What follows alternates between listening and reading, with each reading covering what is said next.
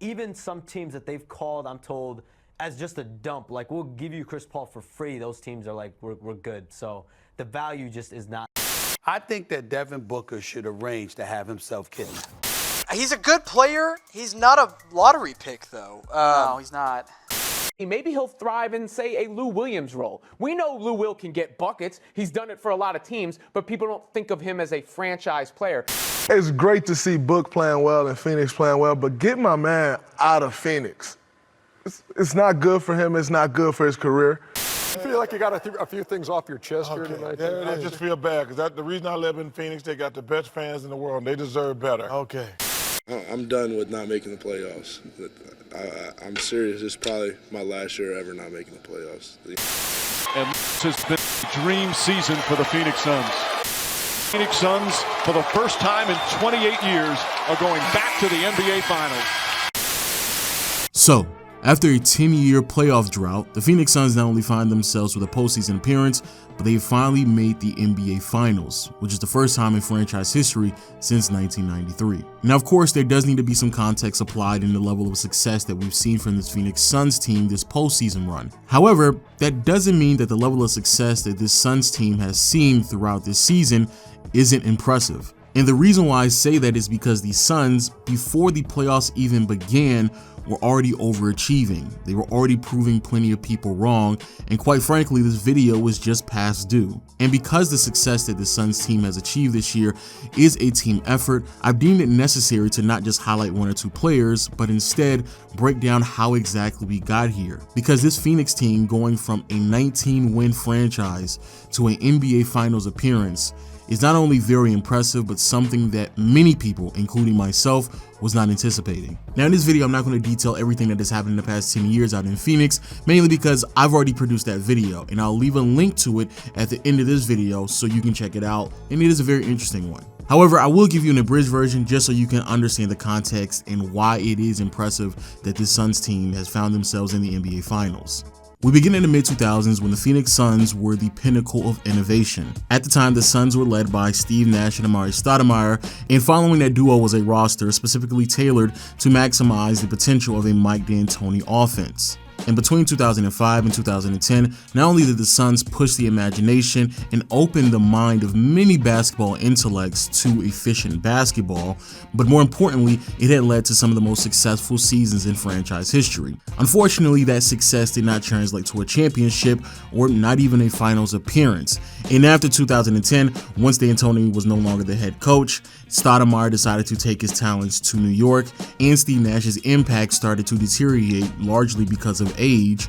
Phoenix started to spiral down a path of inadequacy that resulted in a massive amount of losing. The lack of winning surprisingly paused in 2014 when a rambunctious group of overachievers in Phoenix finished the season with a record of 48-34. Leading that 2013-2014 Suns roster was star guard Goran Dragic, as well as a few other pieces that had enough potential that would leave any Suns fan optimistic.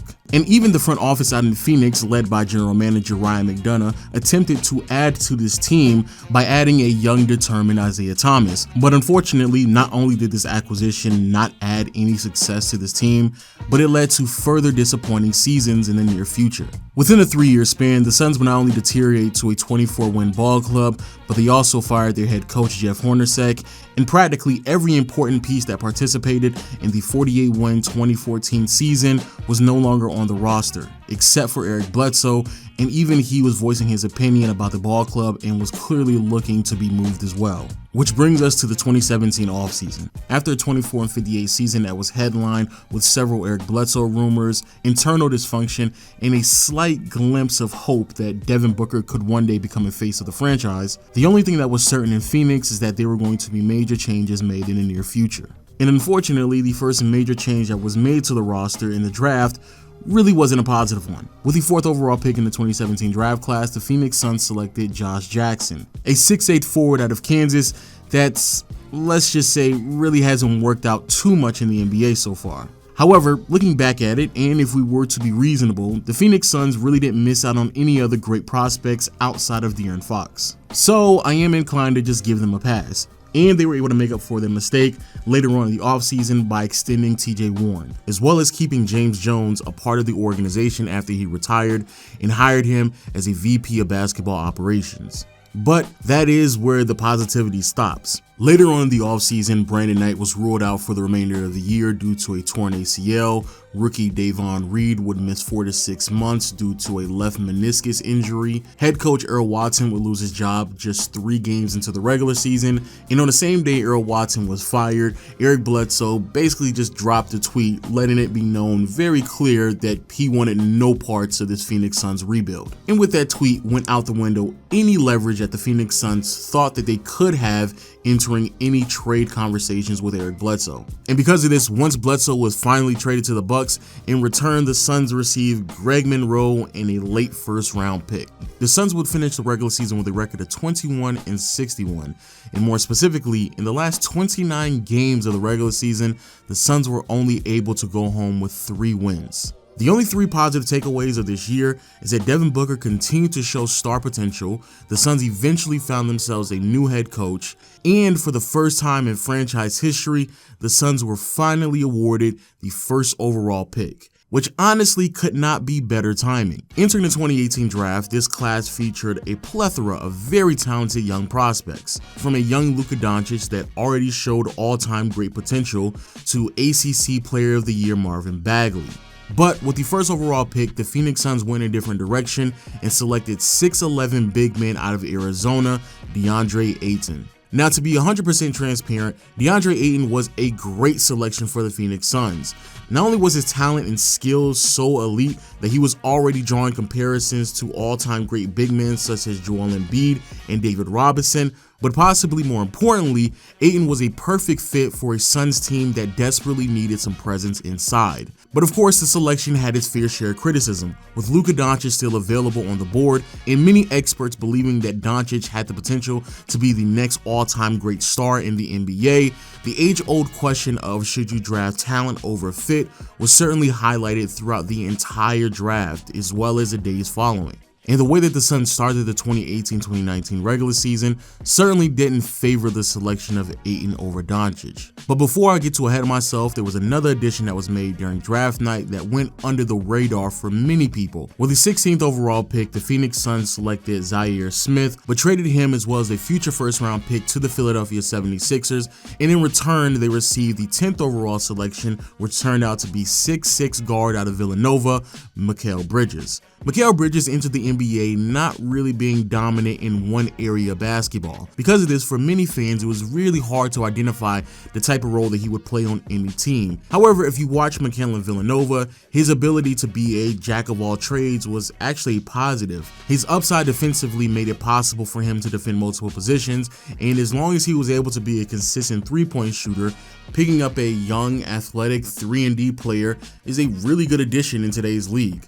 But it would take some while for that to manifest.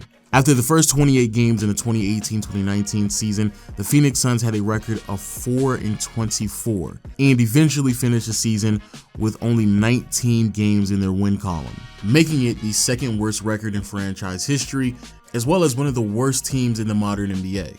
The result of this level of losing meant that general manager Ryan McDonough would eventually lose his job, and to replace him, James Jones would eventually be promoted to the general manager position. And honestly, the decision to move in a different direction from a front office perspective might have been the best decision that Phoenix has made in years, because it's very clear that the Suns needed to do a better job at producing winning basketball, especially since Devin Booker started to be vocally irritable about the losing situation he consistently found himself in within his short time in Phoenix. And with that frustration crystal clear, James Jones had a lot to change, and he did it immediately. Head coach Igor, after 1 year service, was fired, and to replace him was the assistant head coach out in Philadelphia, Monty Williams, who previously had head coaching experience. During the draft, the Suns, who had the 6th overall pick, decided to make a bold move and traded down in the draft, and in return they received the 11th overall pick as well as Dario Saric. With the 11th overall pick, the Suns selected Cameron Johnson, which shocked many people,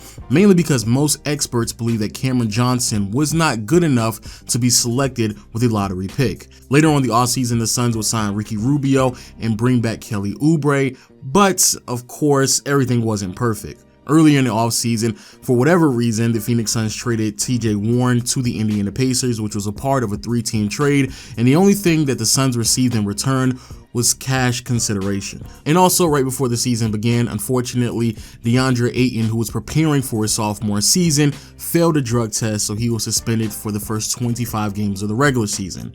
However, early on, the Suns were still somewhat impressive. In the first 10 games of the regular season, Phoenix had a record of 6-4, and then if you fast forward to the All-Star break, the Phoenix Suns had a record of 22-33. Yes, I understand that's still a losing record, but it is a noticeable improvement from the 19-win season that the Suns are trying to grow upon. Later on in the month, Kelly Oubre was ruled out for the remainder of the season due to a right meniscus tear, which then shoved Mikal Bridges in the starting lineup, which gave the young swingman the opportunity to prove how valuable he can be to this roster. But before he could do that, unfortunately, on March 11th, 2020, the NBA announced the regular season to be suspended until further notice thanks to COVID-19. With the NBA season suspended and a lot of speculation on how serious COVID-19 was, it wasn't clear on what would happen next up until June 11th when the league finally announced the restart date of July 30th. And while everyone was getting prepared for the NBA to restart, the front office out in Phoenix continued to make additions to a roster that had a lot to prove. So on June 30th, Phoenix signed 6'1" veteran point guard Cameron Payne. An acquisition that completely went under the radar, mainly because the years leading up to this moment, Cameron Payne was known as a journeyman, and in his last few stops, he was struggling to convince an organization to give him a chance longer than just a 10-day contract. And once the NBA season rebooted, something magical happened with the Suns team. For 8 straight games, the Suns went on a tear and were easily one of the most impressive stories that the NBA had to offer after the restart. Within that 8-game stretch, Devin Booker was a 30-point scorer while also recording 5 rebounds and 6 assists, and did it while shooting 50% from the field. DeAndre Ayton's development as a big man in this league was immense, and both Cameron Johnson and Mikal Bridges were double-digit scorers while shooting lights out from behind the arc. The 8-game winning streak proved that the Suns had something very special on their hands. Unfortunately, it wasn't enough for the Suns to make a postseason appearance, but it did leave a lot of people interested to see what would happen next out in Phoenix. And to maximize that young talent, the front office out in Phoenix decided to continue to make massive changes to the roster in the upcoming offseason. Which basically brings us to this season. During the offseason, the Suns made major additions to this roster, drafting Jalen Smith with the 10th overall pick in the first round, signing more veterans to the roster such as Jay Crowder and Etuan Moore, but easily the biggest and most controversial addition that the Phoenix Suns made to their roster heading into the 2020-2021 year is trading for Chris Paul. At the time, there were a lot of questions on what type of player to expect from someone of Chris Paul's age.